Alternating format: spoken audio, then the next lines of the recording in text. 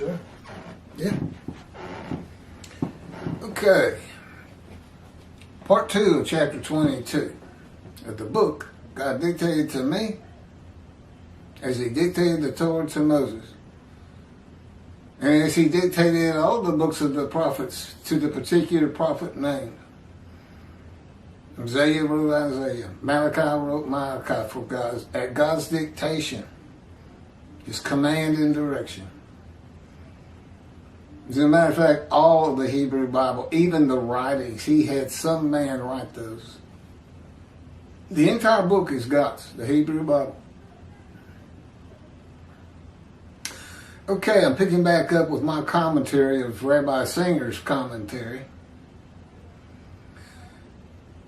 A guilt offering is a sacrifice. It was distinct from the biblical sin offering. The transgressor furnished an unblemished ram. The Jews of the Holocaust, we can safely say, were not unblemished and sinless rams. Men who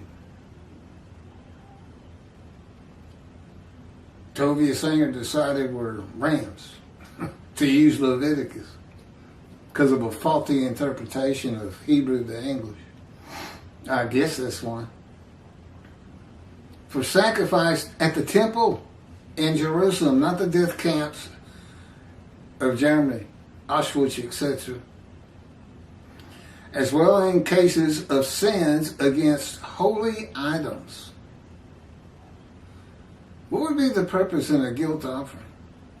In context of I guess, the Jewish people in the Holocaust, or even for what reason would this be?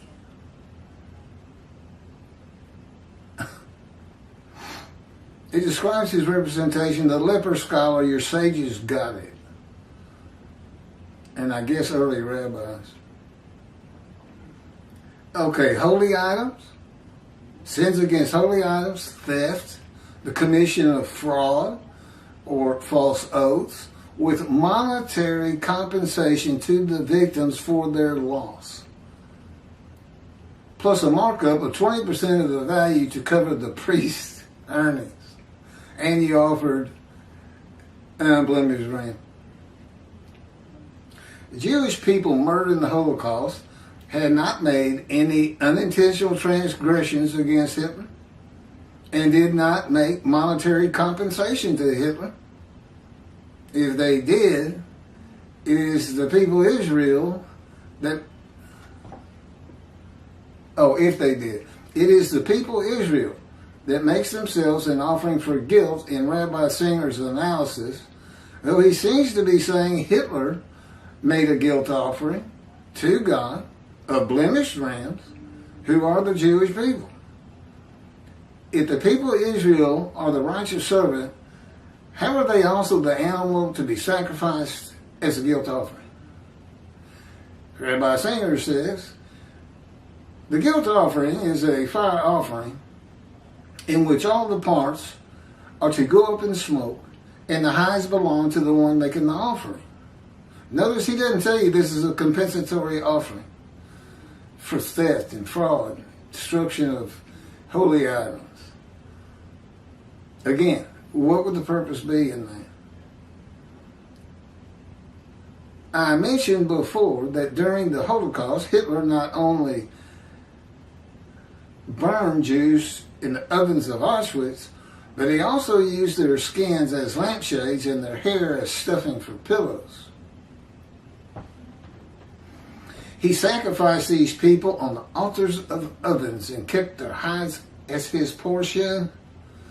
Okay, the righteous servant, verse 11 or 12, I think it's 11. He receives the many as his portion. The many are the many made righteous, and as his spoil the multitude.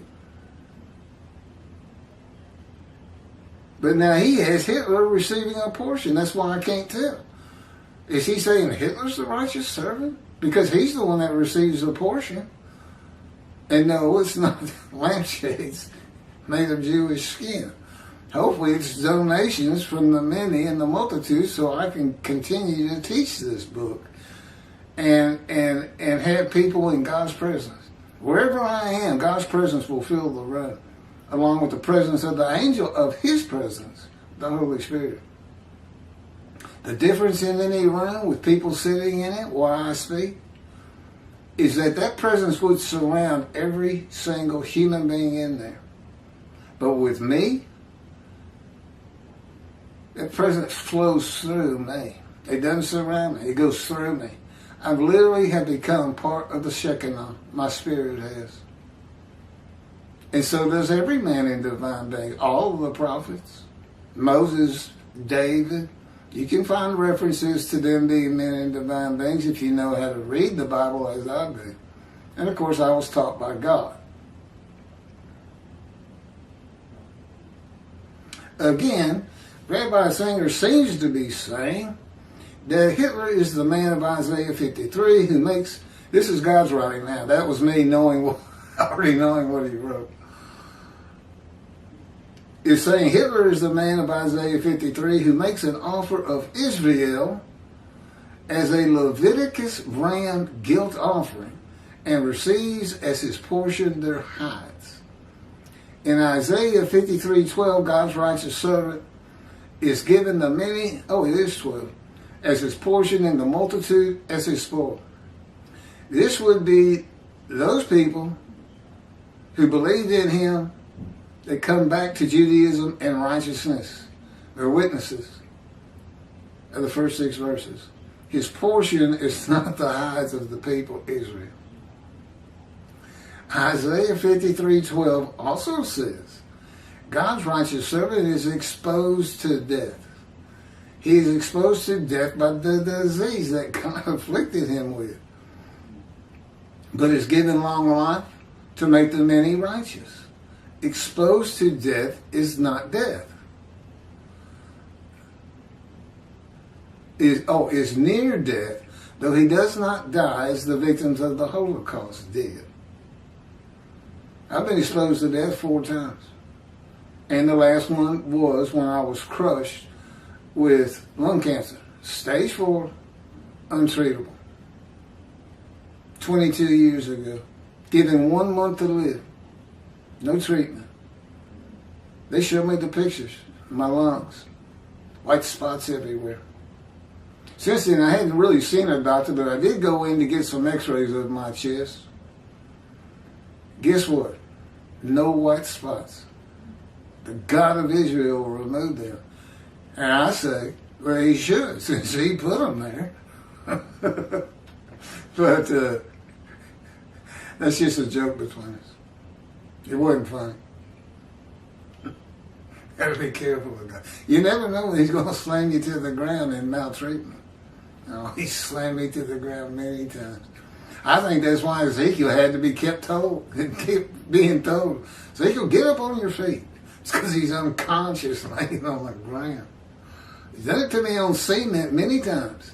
Busting my chin open, wounded, cracking my skull.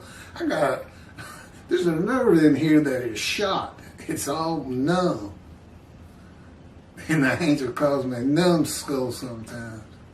But he's laughing when he says it. Well, when God's rubbing it for me, he controls these hands. He'll do that. It's just to bother me. It's the fire refining. It changes your emotions. You get to where nothing bothers you. And he says you're going to need that in Israel. Because you're not going to have all of Israel walking into the Torah as they teach. He said there's going to be a lot of people who are observant who just can't believe that it's happening. They can't really believe what they say they believe. You're never going to get a greater evidence than being set before you. And you should be expecting. Nobody seems to know when the day of the Lord is. It's so simple. All you got to do is go to Jeremiah 31, which was written for the Roman dispersal. Whoever returned. God said all along, all you had to do is return. You don't have to be sinless. You don't have to try to guess and do number things to figure out what year I'll come, this and that. No, y'all come back, I'll come back. Make the land bloom again. That's Isaiah 31:29, I think, or 30. Rebuild Jerusalem and restore the ruined cities. And then I'll make this new covenant with you. New covenant, where do we find it? Malachi 3. It's the only place you can find it. That's when he announces the day of the Lord. Well, the dispersal has come back. They created Israel in 1948. The land does bloom again. Ruined cities restored. Tel Aviv, Jaffa, etc., etc. Jerusalem, major metropolitan area now, been rebuilt. It's the day of the Lord. Well, they don't teach it. They teach a Messianic era that comes when Moshiach comes. Well, Moshiach's here, anti-Semitism's up. And the sinning and evil people of this world are still here. And it's the day of the Lord. So, you go with what's in God's book from God. That I'm repeating on video, chapter by chapter. Which I enjoyed doing. It was better than writing it. He can irritate you so much, especially early on in the fire. And still today. But I was so mad at him. I think he deleted some pages that I just took my hand, and hit delete. And it blew it out first. I got up, I grabbed the computer, and I said, it's going out the window. I'm going to destroy this computer. And I went like this. I don't think I'd have really done it, but his power. I can't do anything. Not only do I not have self-thought, it still seems like my thinking, but I know he controls it and what I speak. No self-will. I know better than to ask for anything. I don't know what's going to happen next until it happens. And sometimes they never stop talking. Really, God doesn't talk that much. But the angel can talk as though he's God. He can make me think that's coming from God. Or sometimes he'll just use me. I've had a conversation with me. God using me to say God's words and me answering in my words. It takes some getting used to. I mean, there's a lot more to this fire refinement than meets the eye. And our communication is uncanny. I can have conversations with him and never hear a word.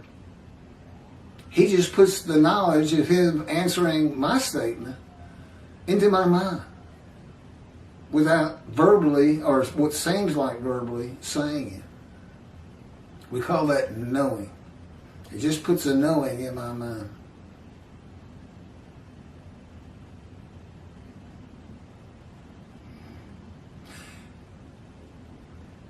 God created an animal sacrificial atonement worship system of laws for a primitive, illiterate people to learn what sin, repentance, atonement, and worship are. And just as important, God says, and to cook their food.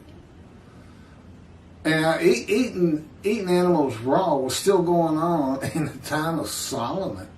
There's a good story on that. His soldiers just won a battle, and he went down there to the battlefield and saw his soldiers killing bulls and eating them raw. He told them, he ran down there, stop. Bring your bulls up to my camp tonight. I'm going to build an altar for God.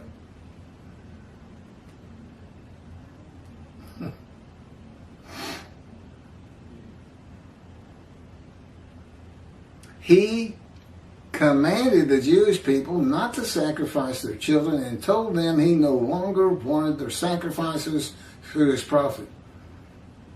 Now, Tovia has gone to the Torah. Now, he's revived God's laws. And I know for a fact, God didn't tell him to revive his laws. And he added human beings to it. That's adding to the Torah and taking from the Torah at the same time. A commandment of God that not be done. And apparently, Rabbi Singer doesn't think it applies to him. Well, he's not going to see the scroll of remembrance. And he is not going to the Jewish heaven unless he comes correct, as we say. He's got a lot of correcting to do. God says, thus saith the Lord. If he thinks he's in God's good graces, or that God loves him or something like that for all his work as an anti-missionary. He's got another thing coming. There's one person you don't make angry because he stay angry, and that's God. Him and Jews for Judaism. Kravitz and Skoback et al. The whole organization is part of it as far as he's concerned. I'm assuming they're all Jewish.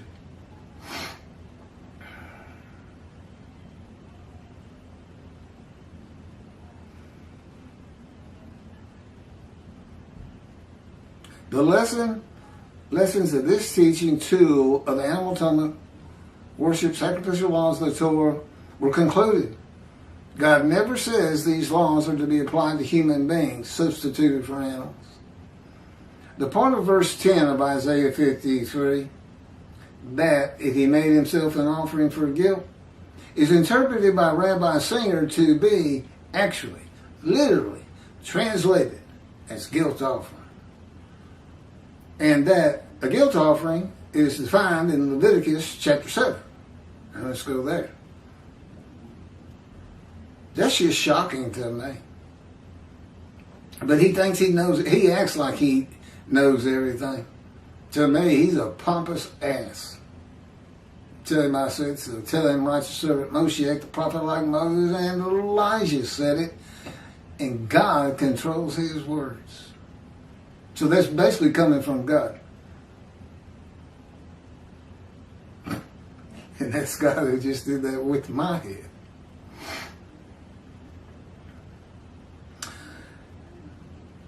The translation of the Hebrew Bible by the Jewish Publication Society begun in 1956 and concluded in 1985, the version I use.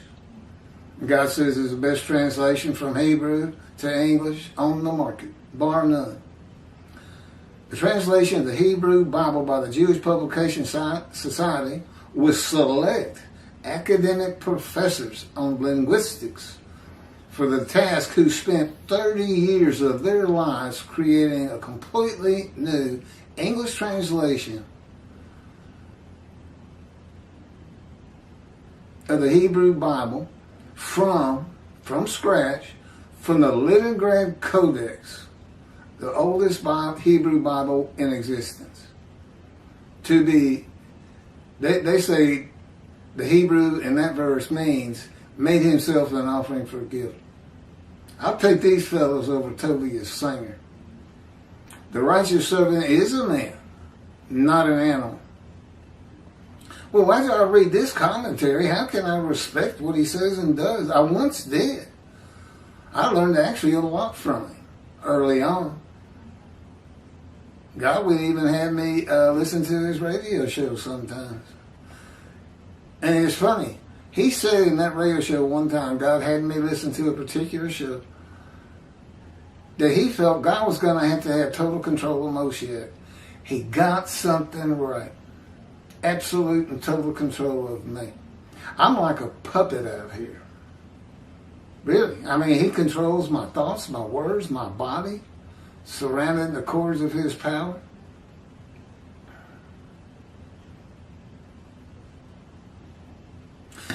So, when an interpretation conflicts with God's teachings and laws, you look to what is wrong with the interpretation. Not to what is going wrong with God, something is wrong with God's teachings and laws, adding to them or taking from them. Rabbi Singer's interpretation does not fit Isaiah 53:10. Who receives a long life? It is not the murder of the Jewish people, and it is not Hitler. No one. Would God accept an animal sacrifice of blemished humans from the Gentile Hitler? No.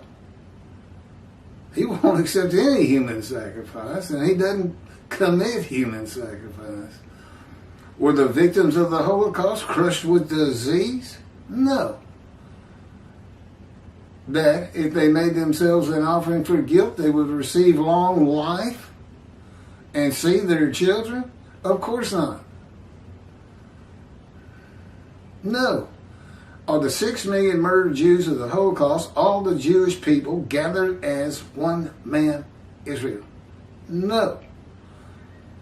Did God murder 6 million Jews to drive the Jews back to the promised land? Absolutely not. And he's offended by that, by the way. Have the Jewish people as one man made the many and a multitude righteous with their knowledge? Of course not. Certainly not the 6 million murdered in the Holocaust. The people of Israel are not God's righteous servant. I am. Moshiach, prophet like Moses, Elijah, and the man described in 53 are all for a time to come. 4 righteous servants, one description, implicitly and explicitly. That one description which covers my life and me. I fit the verses that we've gotten through. There's still a couple.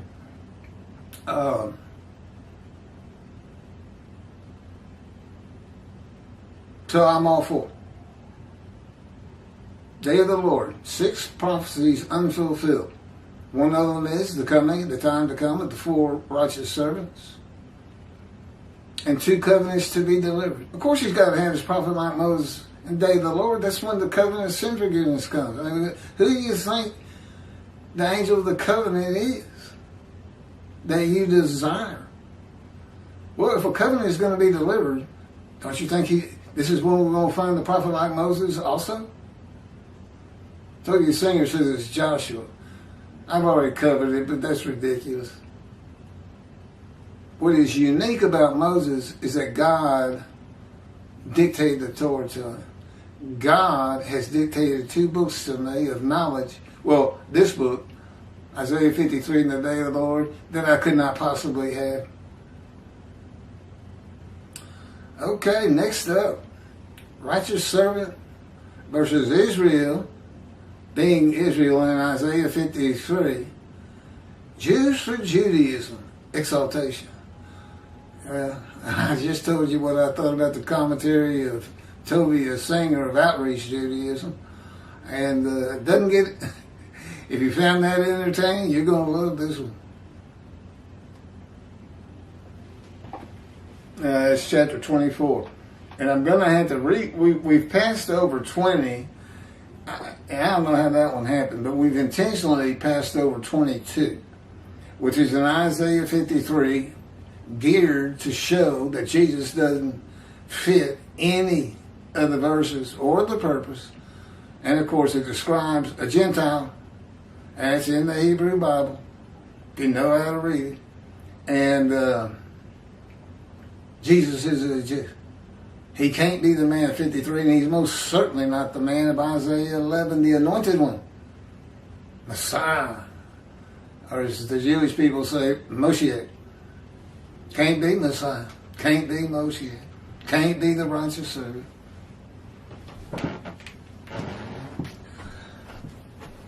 That's fine with me.